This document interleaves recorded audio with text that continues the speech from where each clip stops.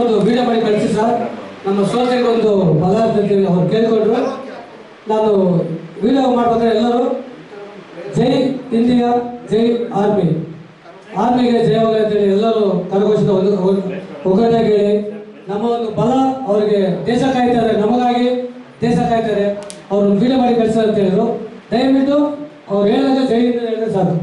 ನಿಮ್ಮ ಆರ್ಮಿಗೆ ನಾವು ಯಾವಾಗಲೂ ಬದ್ಧತಾಗಿರುತ್ತೆ ಅಂತ ಹೇಳಿ. ನಿಮ್ಮ ವಿಡಿಯೋಗಳು ಯಾರು ಮಾಡಿದ್ರಿ ಸರ್, ಅವೆಲ್ಲ ಇವ್ರಿಗೆ ಕೊಂಡು ಕಳಿಸಿ ಇವರಿಗೆ ಅವರು ಕಾಶ್ಮೀರದಲ್ಲಿ ಇರೋರಿಗೆ ತಲುಪಿಸ್ತಾರೆ.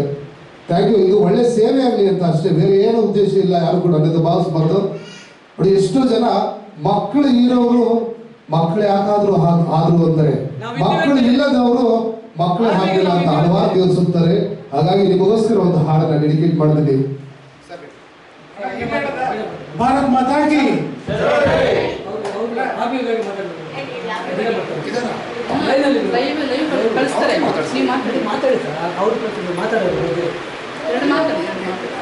ನಮ್ಮ ಕಾಶ್ಮೀರದ ಆರ್ಮಿಯಲ್ಲಿರುವಂತ ನಮ್ಮ ಯೋಧರಿಗೆ, ಇಲ್ಲಿ ನೆರೆದಿರುವ ಜನಧ್ವನಿ ಸೇವಾ ಟ್ರಸ್ಟ್ ವತಿಯಿಂದ ಹಾಗೂ ನಮ್ಮ ಸ್ನೇಹ ಬಳಗದ ವತಿಯಿಂದ ನಿಮಗೆ ಧನ್ಯವಾದಗಳು ಹೇಳ್ತಿದ್ವಿ ಸರ್. ಯಾಕೆಂದ್ರೆ ಇಲ್ಲಿರುವಂತಹ ಕಲಾವಿದರಿಗೆ ಜೊತೆಯಲ್ಲಿ ನಮ್ಮ ಆಶ್ರಮದವರಿಗೆ ನಿಮಗೆ ಆದಿದ್ರೆ ನಾನು ಸಹಾಯ ಮಾಡ್ತೀನಿ ಅಥವಾ ಆದಿದ್ರೆ ನಾನು ಆಶೀರ್ವಾದ ಮಾಡ್ತೀನಿ ಅಂತ ಬಹಳ ದೂರದಿಂದ ನೀವು ಕರೆಯ ಮೂಲಕ ನಮಗೆ ತಿಳಿಸಿದಿರಿ.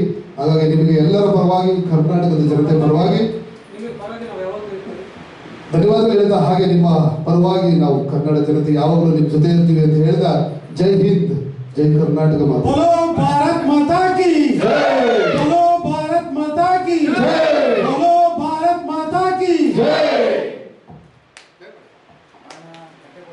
ಯೋಧರಿಗೆಲ್ಲ ನನ್ನದೊಂದು ಸಲ್ಯೂಟ್. ಸದಾ ನಮ್ಮ ಕನ್ನಡಿಗರು ನಿಮ್ಮ ಬೆನ್ನೆಲುಬಾಗಿರ್ತೀವಿ, ಯಾವಾಗ ನಾವು ನಿಂದಿರ್ತೀವಿ. ನಿಮ್ಮೆಲ್ಲರಿಗೂ ಮತ್ತೊಮ್ಮೆ ಮಗದೊಮ್ಮೆ ಸಲ್ಯೂಟ್ ಮತ್ತು ನಮ್ಮ ಹೃದಯಪೂರ್ವಕದ ಧನ್ಯವಾದಗಳು. ಜೈ ಹಿಂದ್, ಜೈ ಕರ್ನಾಟಕ ಮಾತೆ.